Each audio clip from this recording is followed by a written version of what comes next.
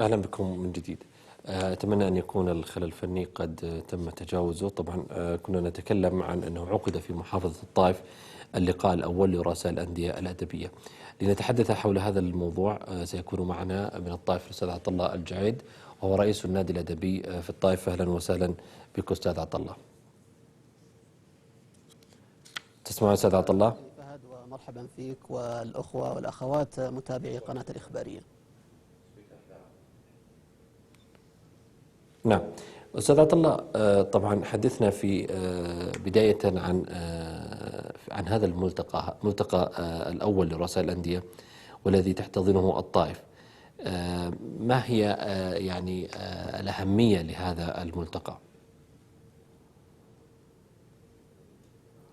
والله في البداية اسمح لي أن أتوجه بالشكر الجزيل لمقام وزارة الثقافة والإعلام التي وافقت على إقامة هذا الملتقى الأول لرؤساء الأندية الأدبية المنتخبين في المملكة، وأن تكون محافظة الطائف هي المكان التي تستضيف هذا الملتقى. حقيقة أهمية هذا اللقاء يأتي بعد أن انتهت الانتخابات التي أقيمت في جميع الأندية الأدبية في جميع مناطق ومحافظات المملكة. ولا شك أن اللقاء الأول يكتسب أهمية كبيرة باعتبار أن رؤساء الأندية سوف يجتمعون بحضور وكيل وزارة الثقافة للشؤون الثقافية الدكتور ناصر الجيلان، ومدير عام الأندية الأدبية الأستاذ عبد الله الكناني، ليتناقشوا في عدد من الموضوعات والمحاور التي تهم الأندية الأدبية والمشهد الثقافي بشكل عام. ونحن في نادي الطائف الأدبي الثقافي تشرفنا بالدعوة لاحتضان هذا الملتقى، ومنذ أن جاءت الموافقة وبدأ تشكيل اللجان في نادي الطائف الأدبي، وعمل الجميع أعضاء مجلس الإدارة وكذلك منسوبي النادي بكل جد واجتهاد لكي يخرج هذا الملتقى لتحقيق الأهداف المنشودة. نعم. حقيقة الملتقى الأول عقد لمدة يومين كاملين في الطائف، وكما قلت احتضنه نادي الطائف الأدبي الثقافي، حضره جميع رؤساء الأندية الأدبية في المملكة. وقد شهد موقع الاجتماع في فندق انتركونتيننتال، والحمد لله خرج المجتمعون بعدد من التوصيات الهامة التي إن شاء الله نتمنى أن تساهم في خدمة المشهد الثقافي للأندية الأدبية وكذلك للحركة الثقافية في المملكة. ونحن في نادي الطائف الأدبي كذلك من ضمن البرنامج الذي أعد لرؤساء الأندية الأدبية أن قمنا بعمل برنامج سياحي لهم، ونحن خاصة في فصل الصيف انتهزنا هذه الفرصة للاطلاع على بعض المعالم السياحية في الطائف. نعم. فقام رؤساء الأندية الأدبية بزيارة مشروع تلفريك الهدى وكذلك قرية الكرة السياحية، وتشكر شركة الطائف للاستثمار والسياحة التي قامت بتذليل كافة الصعاب للقاء بين رؤساء الأندية. وهذا كان هدف أساسي في استراتيجية نادي الطائف الأدبي الثقافي، أن نعقد شراكات مع القطاع الخاص، وكانت شركة الطائف للاستثمار والسياحة هي الجهة التي نعم. تم الاتفاق نعم أستاذ عطا معها، الله. وكذلك جامعة الطائف قامت مشكورة بالتعاون في إنجاح هذا الملتقى. المحاور كثيرة، والجدول الأعمال أخي فهد كان مليء بالموضوعات.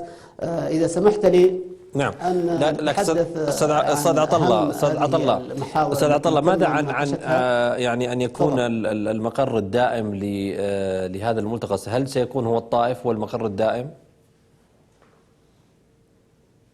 لا، هو الطائف فقط شهد الملتقى الأول لهذا الاجتماع، وسيكون هناك الملتقى نعم. إن شاء الله. تم الاتفاق بأن يكون نصف سنوي في السنة، يجتمع رؤساء الأندية مرتين.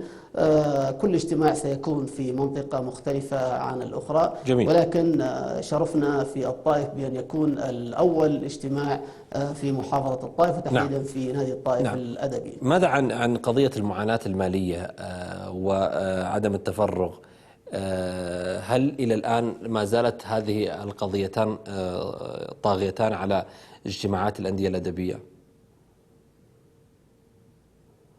والله القضايا كثيرة وشائكة أخي فهد، وليست فقط قضيتين التي حولها الحديث. عدد من القضايا، ومن القضايا التي تم مناقشتها النشاطات الثقافية وتقييم البرامج والفعاليات، وكذلك الملتقيات والمشاركات في المعارض الداخلية والخارجية والأسابيع المشتركة، وطباعة الكتب، إبراز الأدباء الشباب، قاعدة بيانات الأدباء، من كذلك الموضوعات اللي كانت مدرجة على جدول الأعمال، أداء الأندية خلال الفترة الماضية، ولجان الأندية، اللجان الثقافية في المحافظات، العمل على الجوانب الاستثمارية، الجوانب الاجتماعية في دور الأندية. ولا شك أن الدعم المادي هو الأهم موضوع تم مناقشته في الاجتماع، وقد صدر ضمن توصيات اجتماع رؤساء الأندية الأدبية زيادة المعونة المادية السنوية المقدمة للأندية الأدبية. مقدمة من أين يا سيد عطا الله؟ كما قلت في بداية الحديث، المقدمة من أين يا سيد عطا الله؟ المقدمة من أين؟ الإعانة المالية مقدمة من أين يا سيد عطا الله؟ الإعانة المالية مقدمة من أين التي سيتم زيادتها؟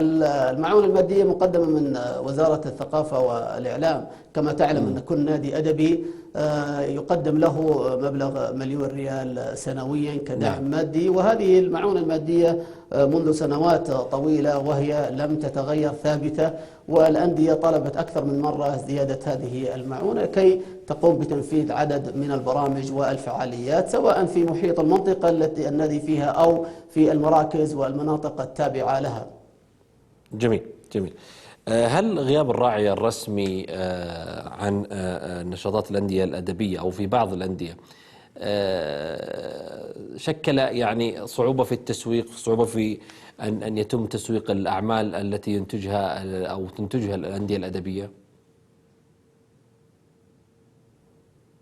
والله لا أدري ماذا تقصد أخي فهد بالراعي الرسمي، يعني هل مشاركة القطاع الخاص يعني مع الأندية الأدبية؟ نعم نعم. طبعا هناك بعض الأندية لا شك أنها قامت بفتح قنوات تواصل مع القطاع الخاص ومع رجال الأعمال، وبدأ هناك عدد من الأندية، نادي الرياض الأدبي، نادي جدة الأدبي الثقافي، كذلك نادي حائل، ونحن في نادي الطائف الأدبي الآن تم الاتصال مع عدد من الشركات ورجال الأعمال لاحتضان هذه البرامج، وكذلك دعم المواهب الشابة، وكل نادي يقوم بتنفيذ البرامج التي يطرحها. وهذا إذا سمحت لي من ضمن التوصيات التي خرج بها المجتمعون، تعزيز العمل على الجوانب الاستثمارية لإيجاد موارد إضافية للنادي، هذه توصية أعتقد أنها توصية هامة. ينبغي على رؤساء الأندية الأدبية العمل كل بما يستطيع في جلب استثمارات للنادي ودعم خزينة النادي عبر أي منشط من المناشط المختلفة، سواء عبر مؤسسات القطاع الخاص أو عبر الأفراد أو أي جوانب أخرى، لأنها ستضيف لا شك دعم للحركة الثقافية. نعم. لا زال يذكر بعض المثقفين بأن عصر الأندية الأدبية قد انتهى، وأنه لا جدوى مما يتم العمل عليه الآن.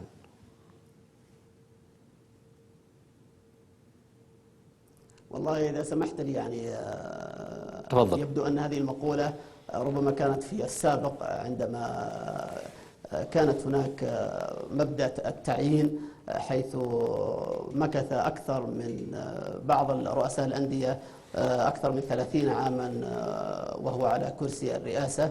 فنحن نحمد الله سبحانه وتعالى أن هيأت الوزارة الانتخابات، وتم الآن ضخ دماء شابة جديدة للمجالس إدارة الأندية الأدبية، والجمعيات العمومية تم تكوينها من جديد، وهي التي ترسم استراتيجية النادي الأدبي. كل جمعية عمومية باستطاعتها أن تغير مجلس الإدارة، وكل مجلس إدارة يستطيع أن يغير رئيس مجلس الإدارة إذا لم يقم بالدور المطلوب منه. فلذلك الجمعيات العمومية هي الآن الركيزة الأساسية للأندية الأدبية، وباستطاعتها أن تراقب تراقب وأن ترسم سياسة النادي، وأن وفق اللائحة التي أصدرتها وزارة الثقافة والإعلام. ونحن في نادي الطائف الأدبي وكذلك زملائي يشاركوني أن النادي يفتح أبوابه للجميع ولا إقصاء لأي تيار كان، ومرحبا بالمواهب أيا كانت في جميع المجالات الأدبية والثقافية بشكل عام.